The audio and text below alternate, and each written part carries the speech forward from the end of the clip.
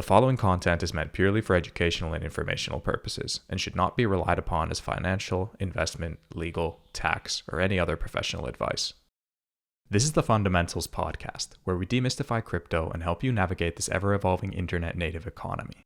In this episode, we're joined by Michael Nadeau, founder of the DeFi Report, a Web3 research firm. Michael recently published the Ethereum Investment Framework, which is a robust document designed to save people hundreds of hours of research by combining all the necessary knowledge about Ethereum into one document in a non-technical and easy-to-navigate format. The Ethereum Investment Framework is the culmination of 3 years of research and analysis within the Web3 space and 12 years of experience in the worlds of business, technology, finance, and accounting. Michael's goal for the document is to become the industry standard for analyzing the Ethereum network from first principles and on-chain data. Over the next 45 minutes, we dive into what inspired the creation of the framework, its main components, how readers can best utilize it, the framework's approach to valuing Ethereum, and much more.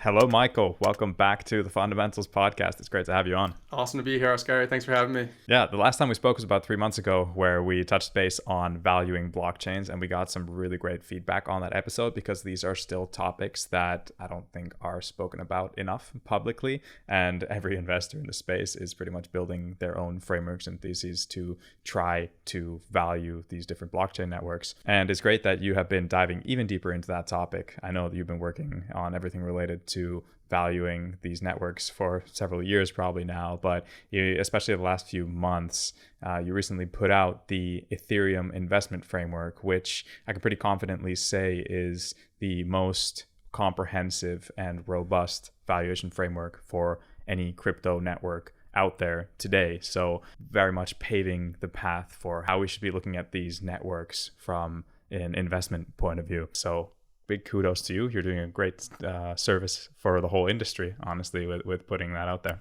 Appreciate it. Yeah, no, it's a ton of work, and it's been spent a lot of time head down over the last few months, like you said, combing through data. Over the last, probably year and a half, 2 years, have spent a ton of time really trying to assess network effects within each of these ecosystems to form like a very high level thesis, and have spent a lot of time there. And then the framework was really a way to kind of go through all of that research and present it in a way that can really kind of bring investors along with, a lot of these new concepts that are being introduced by crypto and public blockchains. There's just a lot to kind of grasp just from like open source technology and just understanding how new technologies are implemented and deployed. There's just a lot of like critical concepts to get first.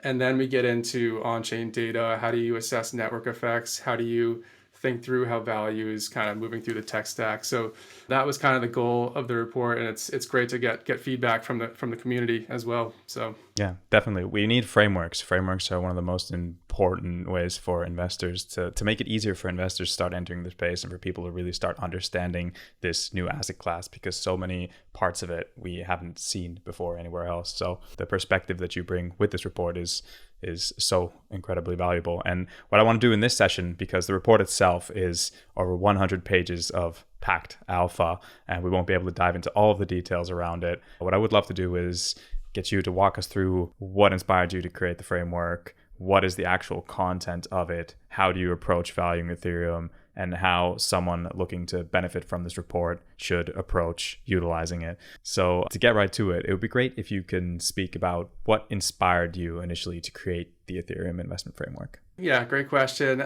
For me, it's almost like going back, like I've been in crypto professionally for over 3 years now. I've been studying it for 5+ years, and it was almost like, how do I go back to Mike Nadeau 5 years ago and sort of pull him up the ladder?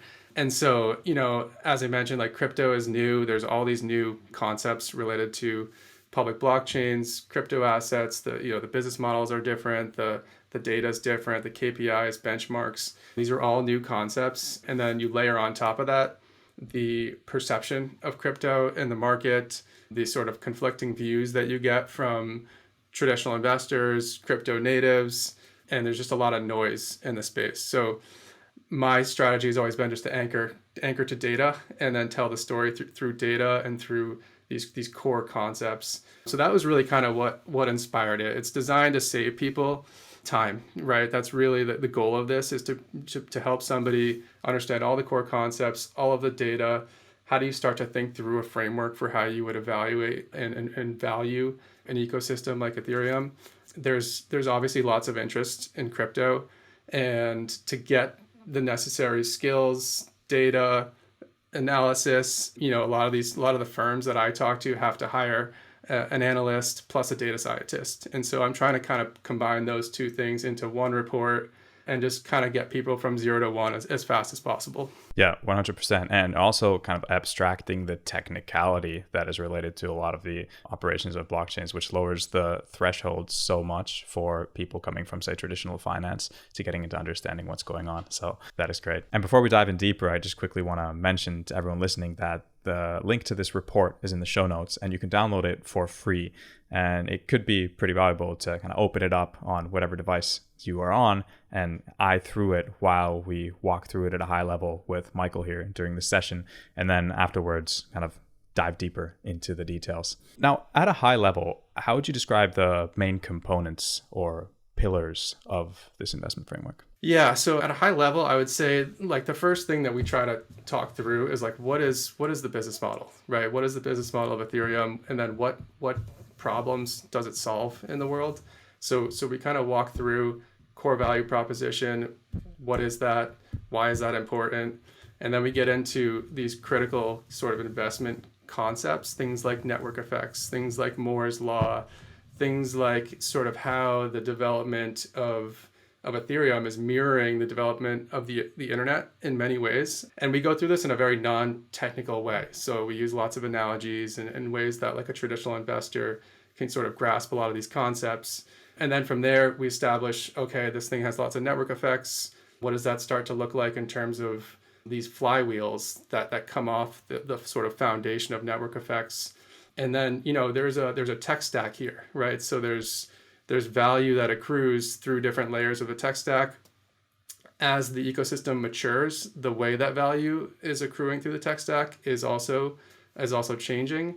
So this is going to be a quarterly report so that we update it's a moving target. We're going to update the data on a quarterly basis.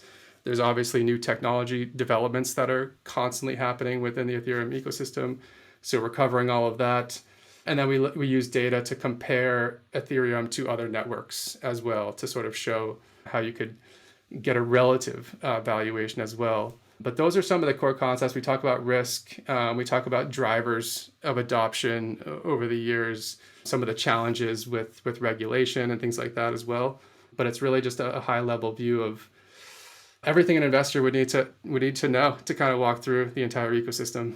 Yeah, exactly. Yeah, I was just about to say before you said that last sentence that essentially you cover everything related to Ethereum. We left no rock unturned. That's for sure. Yep. Yeah, but I think that is a great approach because you need to understand from the target audience perspective. Of course, many people don't have the full context of, say, Ethereum's history as well. So the fact that you open up the history and are able to build the connections to how the internet has developed and where Ethereum fits kind of on that development curve, and then going into the technical advancements and developments in the Ethereum protocol and then comparing it to everything else out on the market. I think that is a great framework and an easy approach. But yeah, now, as you alluded to the historical evolution of the internet and how Ethereum's development has certain similarities to that, where do you see Ethereum at the moment fitting into this in historical context? Yeah, so this is a great framework. I think it's always good I think the Ethereum Investment Framework does a decent job, and this is what I've sort of targeted, of zooming in and out, right? So zooming out and taking high level views historically, how do technologies get implemented? We're going to talk about that. And then also zooming in on data, network effects, all of that. But yeah, this framework comes from Technological Revolutions in Financial Capital, which is a fantastic book. I highly recommend people check that out. It was written before crypto, but it sort of goes through the history of every major technology throughout history. And there's a general sort of framework that it follows where you have like the introduction of the new technology. That's like the eruption phase. I would say for crypto, that was sort of the introduction of Bitcoin in the early days. The eruption period is typically like, it's lots of nerds and tinkerers that are sort of playing with the tech, but it's unclear how you're going to use that technology. The market doesn't really know what to do with it yet. And then you kind of move from eruption to a frenzy period, typically. And this is when venture capital will start to come into the market. You still don't have fully clear use cases, but you do have investment. Typically during the frenzy period, you get these financial bubbles, which we've certainly seen in crypto. Typically the market like just totally overshoots like what's possible with the current infrastructure that's been built. And then you end up with a wipeout phase. And I think we're kind of coming out of this frenzy period. I would say the frenzy period was really sort of the introduction of Ethereum in 2015. And then you had that ICO boom in 2017. That was really the first big bubble in crypto. And that kind of has sort of like played out. That's when a lot of venture capital came into the industry and a lot of it stayed. And you sort of had the crypto winter of 2018, 2019, but we came out of that again with COVID and another sort of frenzy period. I think we're sort of coming out of the frenzy period and we're entering the turning point. And the turning points are typically when you see lots of, regulators start to get involved. You start to see governments getting involved, and it's usually because there's been a wipeout, because financial leverage has been wiped out of the system, consumers have been hurt, frauds have been revealed. We've seen all of this, right? So when you sort of look at this framework, it's almost eerie how closely crypto is following this framework. And I think crypto gets a bad rep for the FTXs of the world, but we've seen this in almost every other industry as well as it kind of comes into being. So that's kind of my view, is we're sort of on the cusp of this turning point where throughout the world, we're going to see regulation come into this industry. We're going to see the people that are here building real products and services start to take over the industry, and it's going to become much more commercialized. Enterprises are going to be involved, regulated markets, new data structures. And as this happens, the market gets clear consensus on like, okay, this is how we're going to use this technology. This is the future direction. And there's much less of a stigma around crypto as the industry starts to mature. And so I think that's kind of where we're at. Once that happens, that's typically where you get like a much bigger hockey stick growth coming out of that. So I think that's kind of what's ahead of us. So I think the timing of producing a report like this is super, super important as well. Yeah, it definitely is. It's quite a fascinating time to be in this space as we are at this turning point. And as we've only quite recently started seeing these different kind of investment strategies or models start rolling out onto the market for these blockchain networks, I wanted to ask how your framework, how does it differ from the existing models or frameworks already out on the market? Yeah, there's some good work out there. I've reviewed probably almost everything that's been put out there at this point. Van Eck has a fantastic report that they put out earlier in 2023, which goes through almost like a addressable market analysis, which we incorporated a similar framework as one of our kind of valuation strategies. Fidelity has done a great job. They're putting out a lot of good research. There's plenty of independent analysts on Twitter and LinkedIn and places like that are putting out really good analysis.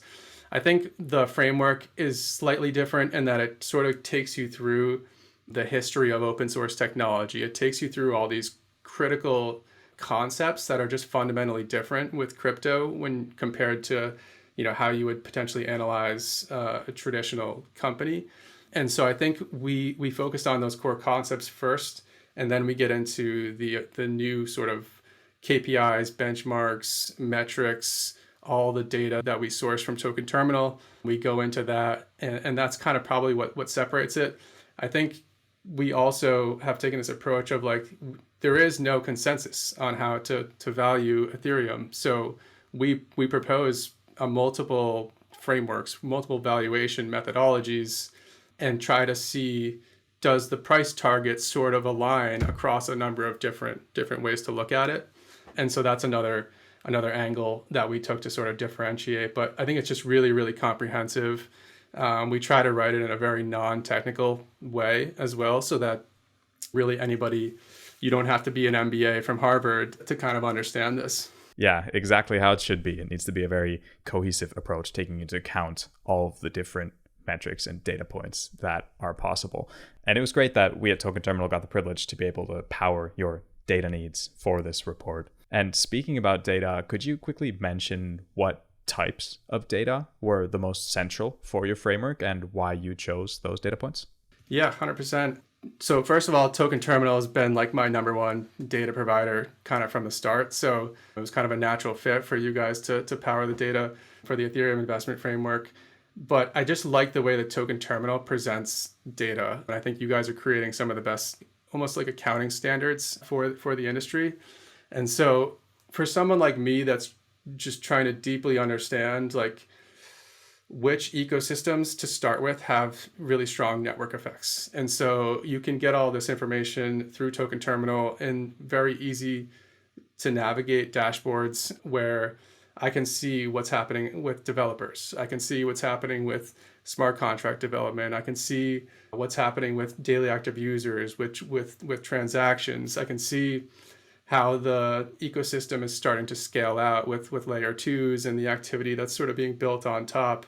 And then you can sort of start to look at, which applications or which protocols are driving the most value through the tech stack and start to analyze, okay, if a user comes through the Uniswap interface and they're going through Arbitrum, how does the value accrue through that tech stack? How much of the transaction goes to Uniswap LPs versus Arbitrum sequencer versus Ethereum validators, right? These are the types of concepts that investors need to understand if you're going to invest in the tech stack. And I can get all of that data in a very easy way through Token Terminal. So we incorporate all of this in the framework, and we go all the way back to 2015. So from day one, we have everything. We have basically year over year analysis of how the network has progressed. And so I think that gives a very strong foundation for anybody to see, okay, there's like a clear network effect that has been built here. And you can start to sort of forecast where that's going, especially as the technology scales, matures, as some of these problems with throughput are solved with layer twos, things like that. But yeah, it's extremely comprehensive. I think we cover almost every important data point or metric that one could look at, and Token Terminal just makes it super easy to do that. So yeah, thank you. And as this is a new technology and the frameworks that are being put together need to take into account aspects of things that we are not familiar with from more traditional finance. So you can't just take existing frameworks and copy paste them to crypto.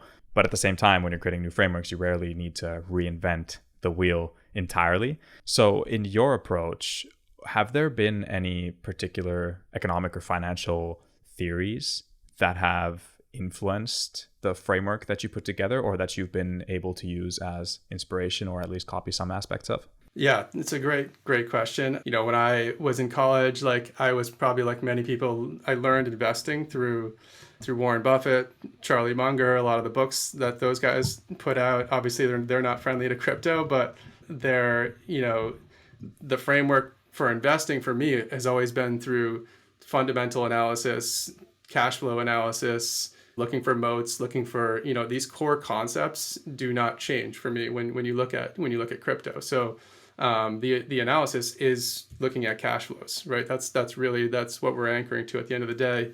So we're taking these frameworks from traditional finance, but then there's many, like I mentioned, there's just all these new concepts that come into play with crypto, new business models, new metrics, new data, new concepts.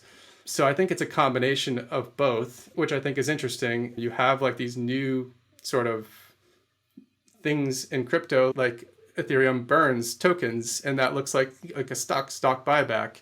So we do a lot of like this analysis where we take these new things with the business model on public blockchains, and then we compare it to things that traditional investors will understand and will be familiar to how they think. And I think that's a lot of the value that comes out of this report, is that we always tie it back to like, this is something you've seen before. Yes, it's different, but you can sort of wrap this around a framework that you're more comfortable with. So I think that's something that we focused on. But yeah, it's always anchored to fundamental analysis. For sure. And I think the best frameworks become timeless. Like you said there, I remember my time in uni, I read The Intelligent Investor from cover to cover. probably an unlimited amount of times. And even though it is for like the stock market, you can adapt it to the crypto space as well. There are just certain principles in there that definitely work. Yeah, and we take for granted that like the way that we do analysis of like value, fundamental analysis, that it was just always that way. But a lot of these concepts were created by people like Warren Buffett. And I think firms like Token Terminal, analysts that are on the bleeding edge of this stuff today are sort of creating these new frameworks for crypto, which is super exciting to me. Yeah, it is. And who knows, these frameworks that you're putting together could end up being the timeless ones through which in 50 years time we look back and say, this is actually a no-brainer. This is the exact framework through which we should have been thinking about these blockchain networks. And then moving on to the practical implementation of this framework.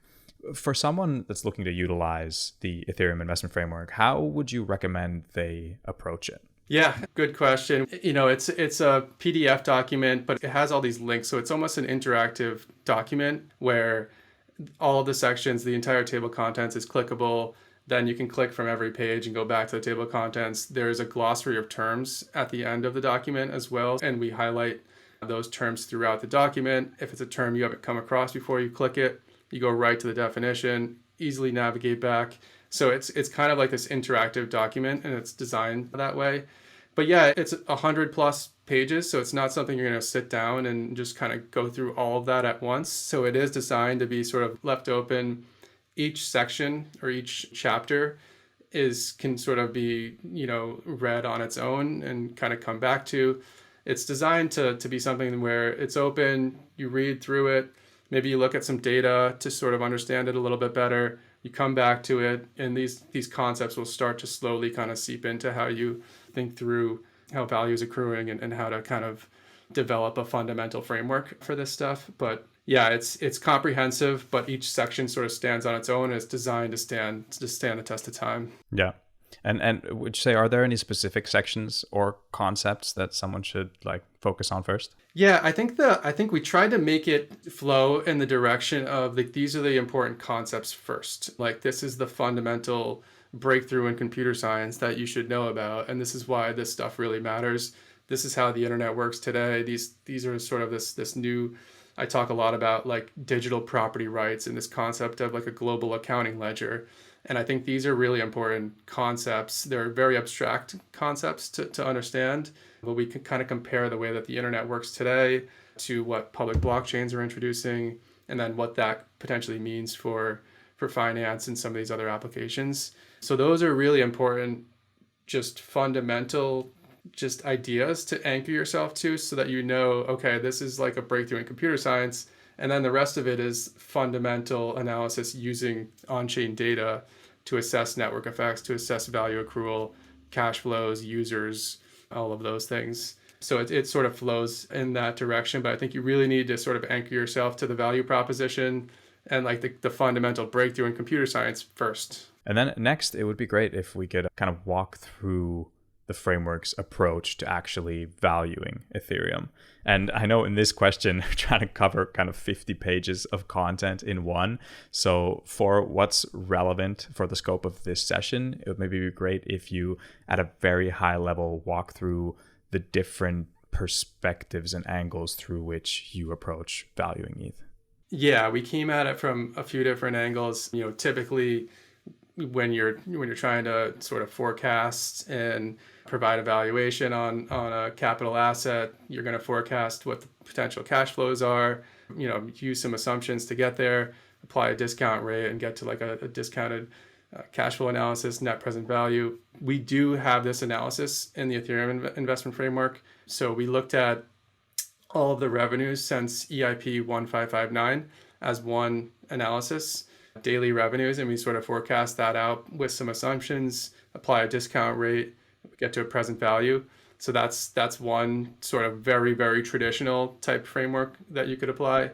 We've done an addressable market analysis, which is more looking at, what are all the potential use cases for Ethereum and how big are these industries today? What percentage of that could potentially move on chain? And we used 2030, so about 7 years from now as our target there.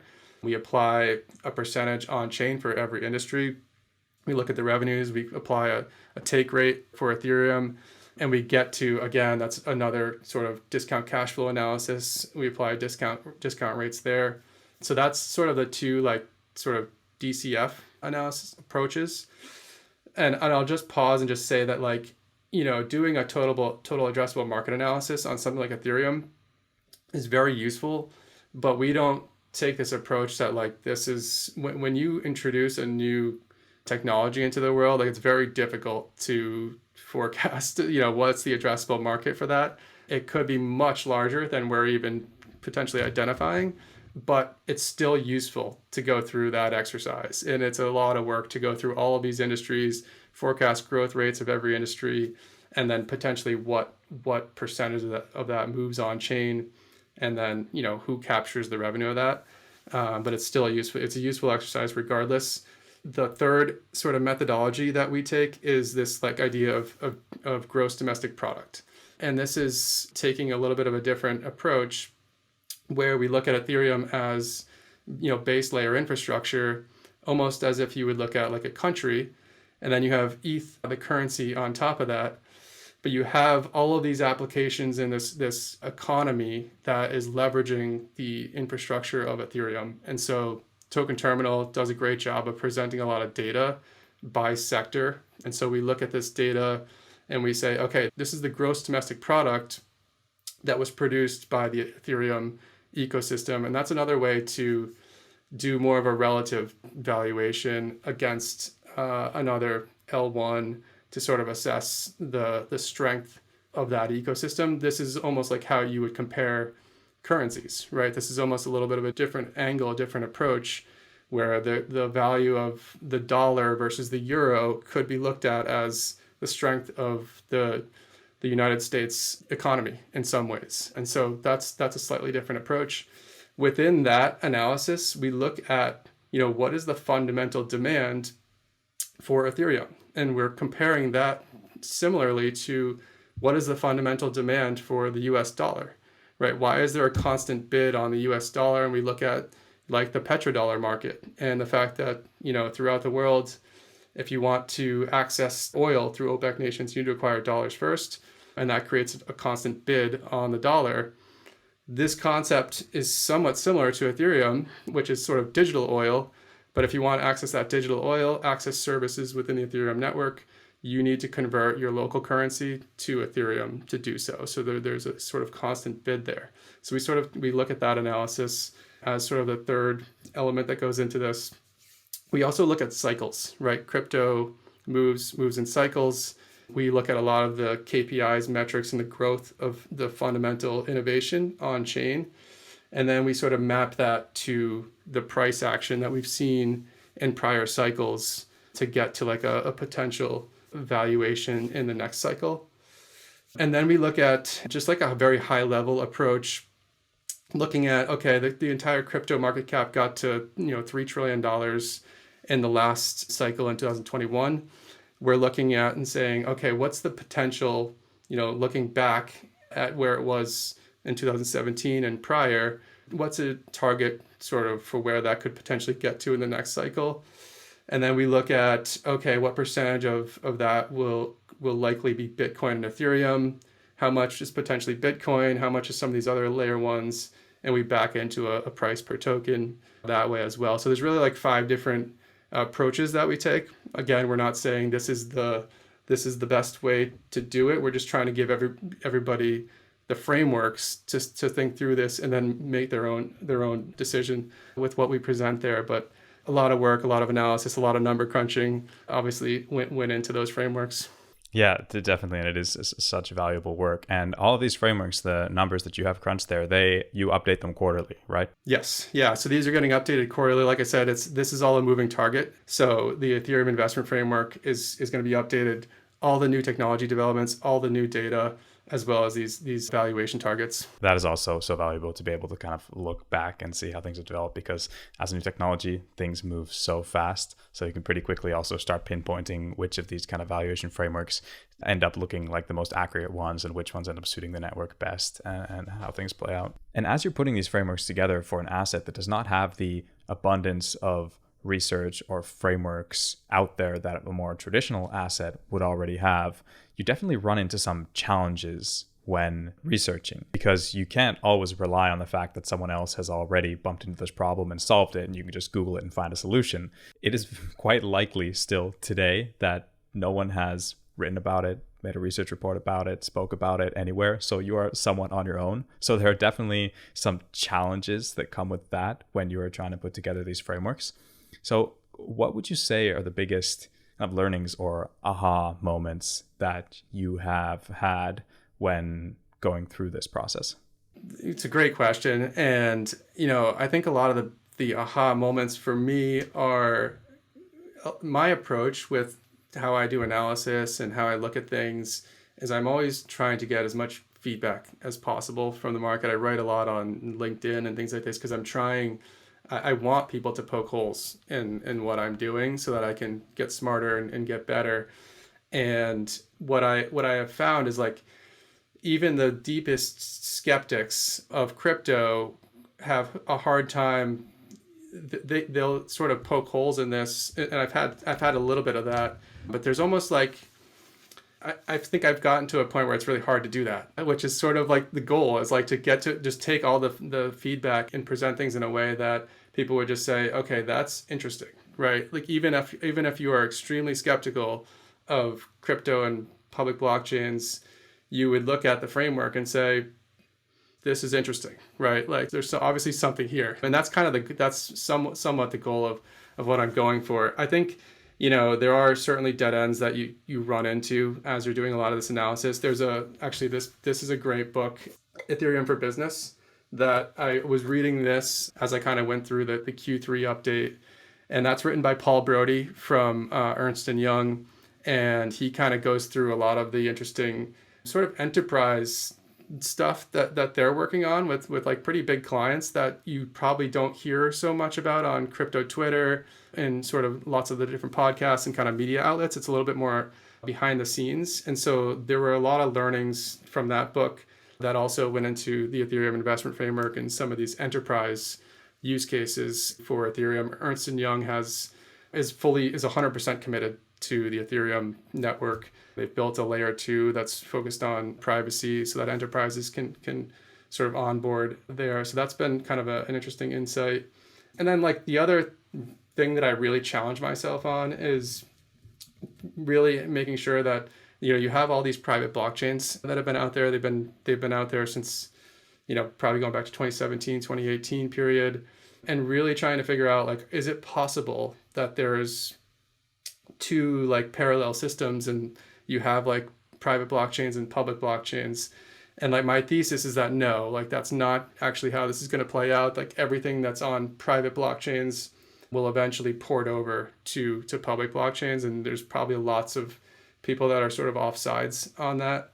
So I spent a ton of time talking with engineers that have worked on both private and public blockchains to really like hone in on does this make sense or not. That's something that Paul Brody talks about a lot in his book as well. They've worked with many enterprises that want to be involved with these private blockchains, and it just doesn't work. It just doesn't. There's zero instances of that actually working, which was for me very enlightening because that's been my thesis really from day one to begin with. So a lot of learnings, as you really dive into this research. And then, like I said, I'm looking for feedback. I'm looking for people that try to poke holes in it so that we can make it better for next quarter. That is a great approach. And I think what you said in the beginning there about having someone who has been extremely crypto critical read a framework like the one you put together, pause for a moment and acknowledge that, hey, I think I got it. This is actually like a great framework. Even though I still might be skeptical about crypto, this framework seems to work.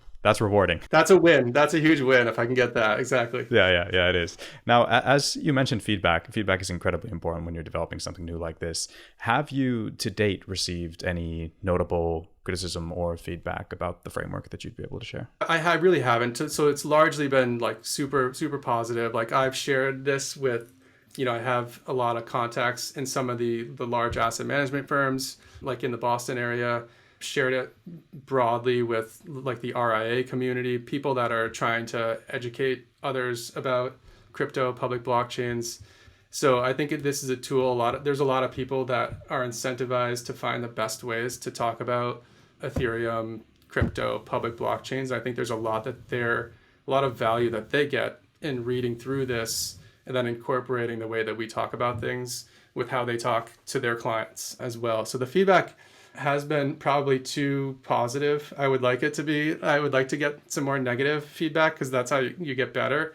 But I would say I don't have anything, unfortunately, that's like some really negative feedback or enlightening constructive criticism just yet, but I'm hoping we get there. But the abundance of like positive feedback is always good. Product market fit is definitely there. This has been much needed, and Ethereum is a great place to start. But how about when we think about creating similar frameworks for other crypto assets? Are you planning on expanding on coverage? Yes, 100%. And people that follow my writing, they know I'm not like there's almost like a tribal nature to some crypto ecosystems where you have like maximalists. I am not that at all. I just use the data, and the data informs sort of what we talk about. So we started with Ethereum just because it has the most robust cash flows, strongest network effects in the industry.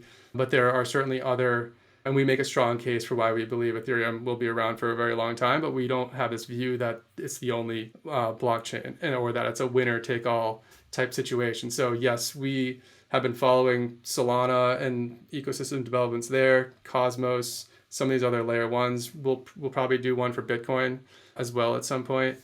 And we have an analyst now at the DeFi Report that's more focused on Solana. So we'll have more Solana stuff coming. It's not like this sort of tribal. Even if you go on crypto Twitter, you'll see people in the Solana community fighting with people in the Ethereum community. We stay out of all that, and we just look at the data and let that inform the analysis. So yeah, it's good to be objective in this space. That's what we also really strive for at Token Terminal. You're in a much better place when you're able to objectively look at the tech and kind of ignore the politics and everything else behind it.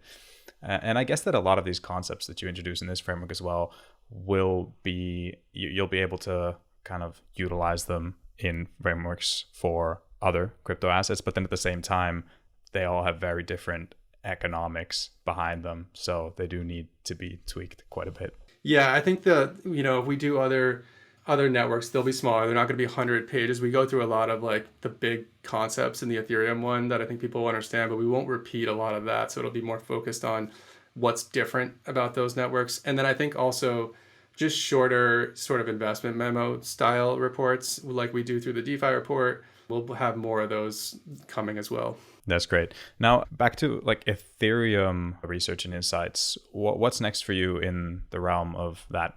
Yeah, so I think the industry like continues. There's so much going on, as you know, right now. There's so much development within the layer 2 ecosystem. There's so much happening on the regulatory front. When you look at just globally, it's a global asset class, right? So I think there's just so much more coming here. Excited to continue to leverage Token Terminal to sort of bring these try to bootstrap these fundamental sort of accounting frameworks into the market so that we can achieve consensus around some of these things. And I think this is where you start to get buy-in from regulators and from Congress here in the U.S. about how investor protections, compliance, we can have all of this for crypto.